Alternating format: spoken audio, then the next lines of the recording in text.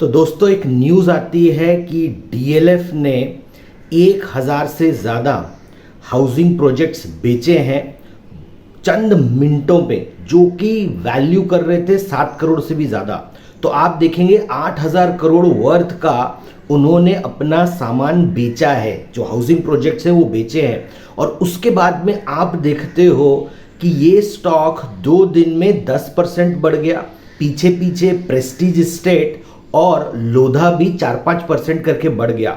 तो एक retail investor करता क्या है, वो ये देखता है कि भैया जो न्यूज़ है वो भी पॉजिटिव आ रही है और जो स्टॉक भी है वो लगातार बढ़ रहा है 2 दिनों से, तो वो क्या करते हैं, जंप करते हैं और बाय करते हैं। लेकिन देखिए ना, मैं आपको बाय करने के लिए बोल रहा हूँ ना सेल करने के लिए, मैं आपको एक चीज़ के लिए बोल रहा हूँ कि जब भी प्राइजेज बढ़ना चालू करती हैं, थोड़ा सा हमें कॉशियसली उस स्टॉक को स्टडी करना चाहिए और उसके बाद में हमें डिसीजन लेने चाहिए। तो चलिए आज के वीडियो में हम पूरी डिटेल में समझते हैं रियलिटी सेक्टर में हो क्या रहा है, इन पर्टिकुलर सेक्टर में क्या हो रहा है और इनके चार्ट्स हमें क्या बता रहे हैं। तो बने रहिए वीडियो के अंत तक और समझिए इन सारी इंपॉर्टेंट चीज़ों को।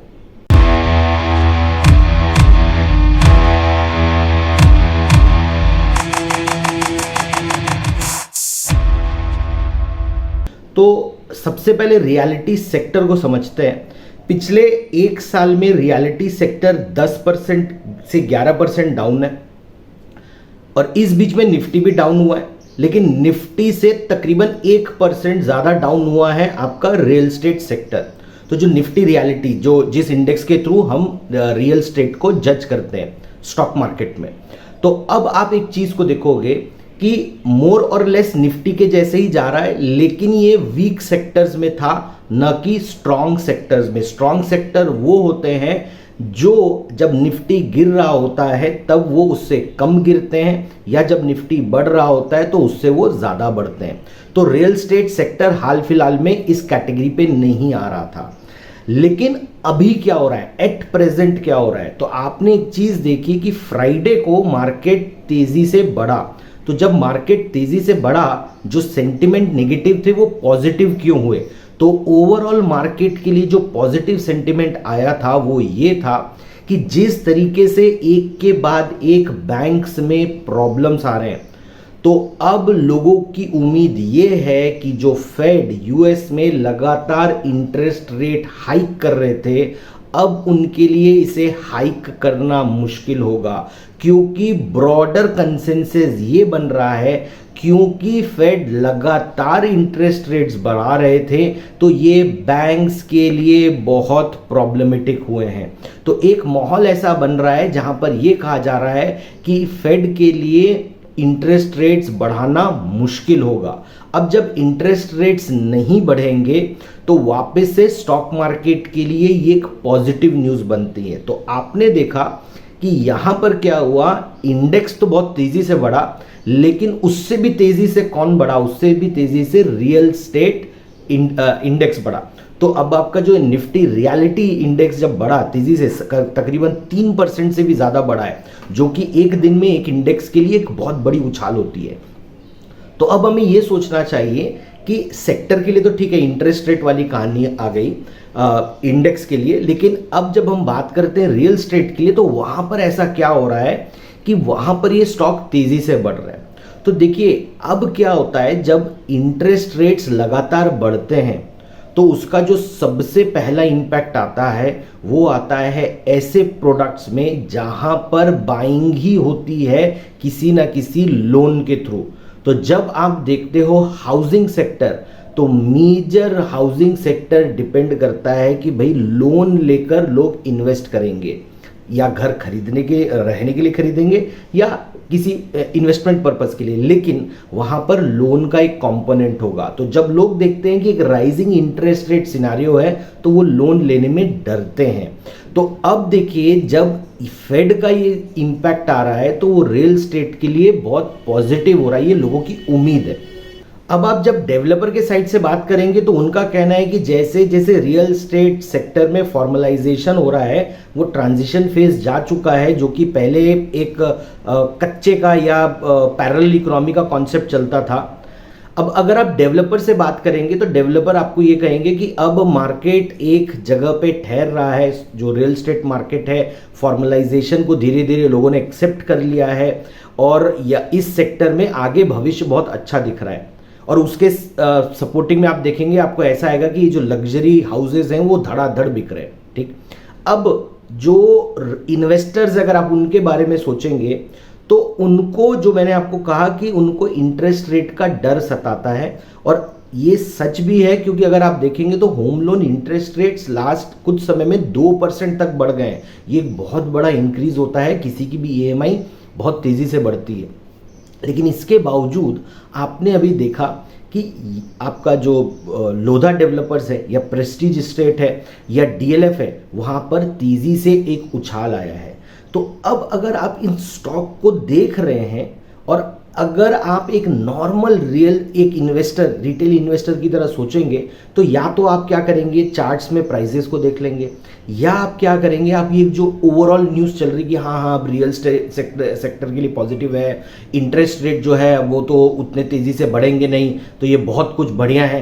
अब आप क्या करेंगे, आप यहाँ पर आप इन्वेस्ट करेंगे। तो देखिए आपको समझना पड़ेगा, ये एनालिसिस नहीं होता। आप अपने मन के बहलाने के लिए कह सकते हो कि मैंने एनालिसिस किया, आपने कुछ नहीं किया, एक पीस ऑफ इंफॉर्मेशन को पढ़ा, उसको अपने अपने मन में ये बैठा लिया कि ये पॉजिटिव है और आपने इस स्टॉक को वहां पर बाय किया। तो देखिए दोस्तों, आपके पैसे बहुत आप मेहनत से कमाते हो, तो अगर आप बहुत मेहनत से पैसे कमा रहे हो तो उसकी वैल्यू करो। थोड़ा सा आपको समझना होगा कि मार्केट किस तरीके से शेपअप है या ये स्टॉक किस तरीके से शेपअप होता है। तो अब मैं आपको एक काम करता हूं, मैं आपको डायरेक्टली स्टॉक्स पर लेकर जाता हूं और स्टॉक्स की इंपॉर्टेंट इंफॉर्मेशन पे लेकर जाता हूं कि ये स्टॉक्स किस तरीके से प्ले आउट कर रहे हैं। तो जब आप डीएलएफ का चार्ट देखते हो तो आपको ये दिखेगा कि यहां पर एक सपोर्ट लेवल था, जो पहले का रेजिस्टेंस लेवल था, बाद में जाके सपोर्ट लेवल बन गया। देखिए सपोर्ट लेवल बन गया। अब ये इस सपोर्ट लेवल पे प्राइजेस बहुत बार ठहरती हैं। देखिए बहुत बार ठहरती हैं। तो इस बार क्या किया, ये जो प्राइजेस जो नीचे चल रही थी, इसने इस लेवल को ब्रीच कर दिया। अब आप देख सकते हो कि ये लेवल यहां पर आ चुका है। तो बहुत सारे लोग क्या करते हैं, स्ट्रेट अवे कहते हैं कि ये ब्रेकआउट हो गया है और ये कह देते हैं कि आपका बाय हो गया है। तो देखिए क्या होता है, उसके बाद अब आप जब देखोगे कि स्टॉक वापस से एक बार करेक्ट करता है तो आपको कहेगा कि भाई यहां पर जो है आपका जो था वो फॉल्स ब्रेकआउट हुआ। तो क्या ये फॉल्स ब्रेकआउट हो सकता है, ऐसे कोई चांसेस है कि यहाँ पर फॉल्स ब्रेकआउट बन सकता है, या ये जो स्टॉक है वो स्ट्रेट अवे अपसाइड की ट्रेजेक्टरी पकड़ चुका है? तो अगर हमें ये समझना है तो हमें थोड़ा सा और डीप जाना पड़ेगा, देखना पड़ेगा और कोई रेड फ्लैग्स है कि नहीं है जब ये स्टॉक इस तरीके से बढ़ रहा है। तो देखिए जो मैंने अभी आपके सामने ओपन किया है, यह है आपका एनएससी का डेटा, जो आप भी आराम से निकाल कर देख सकते हो कि मार्केट में हो क्या रहा है। तो अब आपने देखा कि जो डीएलएफ का स्टॉक है, जो डीएलएफ का स्टॉक है वो बढ़ा तो है 2 दिन में तकरीबन तकरीबन 10%। बट उसके साथ डेरिवेटिव प्लेयर कर क्या रहे हैं, तो देखिए डेरिवेटिव प्लेयर्स ने अपनी ओपन इंटरेस्ट घटाई है। ओपन इंटरेस्ट घटाने का मतलब क्या होता है? देखिए ये एक इंपॉर्टेंट टॉपिक है, मैं इसके ऊपर वीडियो आपको डिटेल में बना सकता हूं। अगर आपको लगता है कि इसके ऊपर वीडियो बनाना चाहिए तो मुझे कमेंट बॉक्स पर यस लिख कर बताइए। अगर आपका कमेंट बॉक्स पर यस या वाई आता है तो मुझे समझ में आएगा कि आपको इन सब टॉपिक्स की जरूरत है। तो देखिए जो ओपन इंटरेस्ट होता है, ये ओपन इंटरेस्ट ये बताता है कि नई पोजीशंस कितनी बन रही हैं। तो अब आपको यहाँ पर ओपन इंटरेस्ट पॉजिटिव दिखा रहा है कि निगेटिव दिखा रहा है? आपको दिखा रहा है नेगेटिव। नेगेटिव दिखाने का मतलब क्या हुआ? नेगेटिव दिखाने का मतलब हुआ कि यहाँ पर पोजीशंस कटी हैं, नई पोजीशंस नहीं बनी है, बल्कि जो एग्जिस्टिंग पोजीशंस थी उनको मौका देखकर लोगों ने वाइंड अप किया है, स्क्वायर ऑफ किया है। तो ये एक रेड फ्लैग है जो आपको समझ में आना चाहिए। तो चलिए अब अपन एक दूसरा मैट्रिक्स देखते हैं। हमारा दूसरा मैट्रिक्स कहता है कि ऑप्शन चेन में क्या हो रहा है। तो अब आपके सामने में है क्या? आपके सामने में है ऑप्शन चेन। अब आप यहां पर देख सकते हो, यहां पर है कॉल का ओआई और यहां पर है आपका पुट का ओआई। तो जब आप कॉल का ओआई देखते हो तो वो तकरीबन आता है 7.5, और जब आप पुट का ओआई देखते हो तो वो आता है 6.1। यानी कि आपके पुट राइटर ज्यादा है मार्केट में, पुट राइटर कम है रादर, एंड कॉल राइटर ज्यादा है। तो कॉल राइटर क्या कहता है, मार्केट ऊपर नहीं जाएगा, पुट राइटर कहता है मार्केट नीचे नहीं जाएगा। तो जो कहने वाले लोग हैं कि मार्केट ऊपर नहीं जाएगा वो ज्यादा है, और जो ये कहने वाले हैं कि मार्केट नीचे नहीं जाएगा वो कम है। तो ये भी एक बेयरिश साइन है। लेकिन देखिए दोस्तों, याद रखिए, ये बहुत बड़ा बेयरिश साइन इसलिए नहीं है क्योंकि जो डेटा है वो आसपास है। लेकिन बहुत बार अगर आज की डेट में आप रिलायंस का डेटा देखेंगे, तो रिलायंस का डेटा हेविली पुट राइटिंग के फेवर में नहीं है, बल्कि वो कॉल राइटिंग के फेवर में है, जहां पे रेशियो 1:2 का भी हो जाता है। तो ये बहुत आसपास का डेटा है, तो आपको इस चीज की भी आइडिया होना चाहिए। अब देखिए दोस्तों, जो मैं अब आपके साथ डिस्कस करूंगा वो बहुत इंपॉर्टेंट डेटा पॉइंट होता है, जिसे बहुत सारे रिटेल इन्वेस्टर्स इग्नोर करते हैं। तो वो डेटा पॉइंट क्या होता है, इस चीज को आप यहां पर देख लीजिए। वो डेटा पॉइंट ये है कि जब आप कोई भी स्टॉक देखते हैं तो आपको क्या बताया जाता है, वॉल्यूम बहुत इंपॉर्टेंट है, वॉल्यूम बहुत इंपॉर्टेंट है। तो आप वॉल्यूम को चेस करते हो।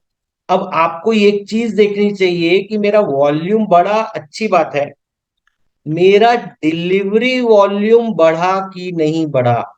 अब ये डिलीवरी वॉल्यूम क्या होता है और इसे कैसे यूज करते हैं, मैं आपको अभी शॉर्ट में बता रहा हूं। फिर से कह रहा हूं, अगर आप कमेंट पे मुझे यस लिखकर बताते हैं तो मैं क्या कर सकता हूं, आपके लिए इसके ऊपर डिटेल्ड वीडियो बना सकता हूं। तो देखिए, दो तरीके के वॉल्यूम होते हैं, एक होता है स्पेकुलेटिव वॉल्यूम और एक होता है डिलीवरी वॉल्यूम। अब स्पेकुलेटिव वॉल्यूम क्या है, आज बाय किया, आज सेल किया, कहानी खत्म, तो मेरा इंटरेस्ट आज के लिए था। डिलीवरी वॉल्यूम मुझे क्या बताता है, मुझे डिलीवरी वॉल्यूम ये बताता है कि कितने लोग इसे बाय कर रहे हैं, percentage of the volume delivery में लेकर जाने के लिए। तो अब आप देखिए, अगर एक स्टॉक एक दिन 5% बढ़ता है और अगले दिन भी 5% बढ़ता है, तो नॉर्मली अगर न्यूज फंडामेंटली बहुत स्ट्रांग होती है तो लोग क्या करते हैं, इस स्टॉक को लंबे समय के लिए बाय करके रखते हैं। लेकिन हमारे केस में हो क्या रहा है, हमारे केस में हो रहा है कि जो डिलीवरी परसेंट है वो मात्र 18.5% है। तो अगर 100 ट्रेड्स हो रही हैं तो 18 ट्रेड्स ही डिलीवरी में जा रही है, बाकी जो 100 ट्रेड आपकी 82 ट्रेड्स है वो इंट्राडे में स्क्वायर अप हो जा रही है। तो जब आप इस चीज को देखते हो तो अब आपको समझ में आएगा कि एक है प्राइस जो एक झटका दे रहा है, लेकिन उसके साथ जो बाकी अलाइड मैट्रिक्स है वो उसको उतना सपोर्ट नहीं कर रहे, एक भी मैट्रिक्स आपको यहाँ पे पॉजिटिव नहीं दिख रहा है। ठीक। अब आप इस चीज को देखो यहाँ पर, अब आपको लगेगा कि भाई ये तो 18% बाकी लोगों का भी होना चाहिए। तो जब मैं आपको यहां पर एक डेटा दिखाता हूं मैक्रोटेक डेवलपर का, मैक्रोटेक डेवलपर मतलब हुआ ये आपका लोधा डेवलपर्स, ठीक है। तो जब आप यहां पर देखोगे तो आपको यहां पर दिखेगा कि इसका जो डिलीवरी परसेंटेज है वो है 47.79। जहां पे वो 18 था, यहां पर वही डेटा जो है वो आ रहा है 47.79। ठीक। अब अगर हमने एक और स्टॉक का नाम आपको लिया था स्टार्टिंग में, प्रेस्टीज का, तो चलिए हम प्रेस्टीज को भी एक बार देख लेते हैं कि क्या हो रहा है यहाँ पर। तो जब आप प्रेस्टीज को देखोगे तब आपको समझ में आएगा कि प्रेस्टीज का है 39.28। तो इनका भी डिलीवरी परसेंटेज अच्छा है। तो देखिए दोस्तों, आपको समझना होगा कि आप आंख बंद कर कर अगर ले रहे हो तो दिक्कत है, अगर आप नॉर्मली बाय करोगे, सोच समझ के बाय करोगे, तो ही वो आपको बेनिफिट देगा। इसके बाद एक और चीज आपको जो नोट करनी है, डीएलएफ डेरिवेटिव्स में है, तो उसके कारण भी आपका डिलीवरी परसेंटेज में थोड़ा सा फर्क पड़ता है, और मैक्रो और प्रेस्टीज आपका एफ एंडो में नहीं है। ठीक है। तो चलिए अब वापिस से हम स्टॉक पे आते हैं और देखते हैं कि मैक्रोटेक और जो आपका प्रेस्टीज है वो कैसे सेट है आपके चार्ट्स पे। तो जब आप ये चार्ट्स यहां पर देखते हो तो आपको सेम चीज दिखेगी, एक सपोर्ट और रेजिस्टेंस का लेवल है जो मैंने आपको यहाँ पे ड्रॉ किया हुआ है, सपोर्ट और रेजिस्टेंस का लेवल है। लेकिन ये जो स्टॉक है ये यहाँ पे बढ़ा तो है, लेकिन ये गिरने के बाद बढ़ रहा है। तो ये स्टॉक में आपको होगा क्या, इस स्टॉक में आपके चांस ये है कि अगर कल की डेट में ये प्राइस बढ़ती भी है तो यहां पर एक रेजिस्टेंस आने की संभावना ज्यादा होती है। तो ये स्टॉक कहीं से कहीं तक चार्ट में पॉजिटिव नहीं है कंपेयर टू, अगर मैं देखता हूं डीएलएफ का चार्ट। राइट। अब हम एक बार प्रेस्टीज के चार्ट को भी देख लेते हैं। जो आपका प्रेस्टीज का चार्ट है वो आपको कुछ इस तरीके से दिखाई देगा। तो चलिए मैं ये सारी चीजों को क्लियर कर देता हूं, राइट। अब आप देख सकते हो कि अब आपको मुझे इतना भी बताने की जरूरत नहीं है, ये एकदम विजिबल है आपकी आंखों के सामने।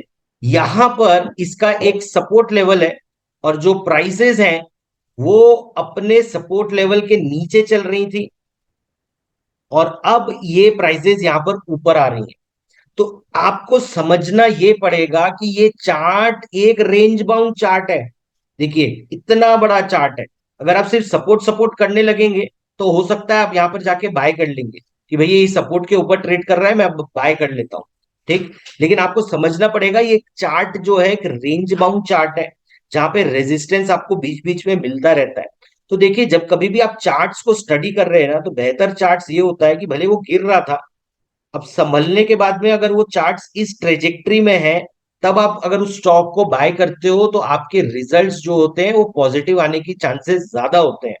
लेकिन जब आप इस तरीके के चार्ट्स को बाय करना स्टार्ट करते हो तो वहां चार्ट्स में आपको दिखेगा कि बहुत तेजी से एक रेजिस्टेंस आता है। तो रियल स्टेट जो स्टॉक्स होते हैं वो ऐसे भी एक समय पे बहुत तेजी से तो बढ़ जाते हैं और आप बाय करते हो टॉप में, और उसके बाद में जो चार्ट्स है, जो स्टॉक्स है, वो वहां पर एक स्ट्रगल करना चालू करते हैं। तो ये जो होता है ये कॉमन फिनोमिना है रियल स्टेट चार्ट्स के साथ या स्टॉक्स के साथ। तो अगर आप कभी भी न्यूज के बेसिस में स्टॉक को बाय कर रहे हैं तो दो बार सोचिए, पहले चार्ट को रीड कीजिए, उसके साथ अलाइड डेटा को चेक कीजिए और उसके बाद में आप एक डिसीजन लेंगे आपको ये स्टॉक को बाय करना है कि नहीं करना है। तो अगर मैं बॉटम लाइन कहूं तो तीन स्टॉक हमने देखे और वो तीनों स्टॉक का मैं आपको एक लाइन में एनालिसिस देता हूं। तो जब हम देखते हैं मैक्रोटेक, मैक्रोटेक में अभी भी टेक्निकली प्राइजेस नीचे की तरफ है, इन्हें अच्छा खासा लेवल पार करना पड़ेगा बाय बनने के लिए। जब आप प्रेस्टीज को देख रहे हैं, चार्ट आपके सामने है, ये एक रेंज बाउंड चार्ट है और प्राइस अभी अपनी सपोर्ट के नीचे ही चल रही थी, तो आपको यहां पर वेट करना होगा क्योंकि यहाँ पे पॉजिटिव स्ट्रक्चर नहीं बना है। डीएलएफ के साथ में एक चीज अच्छी है कि ये जो स्टॉक है वो पहले तो नीचे आ रहा था, उसके बाद में इसने एक पॉजिटिव मार्केट स्ट्रक्चर बना के ट्रेड करना चालू किया है ऊपर के लिए।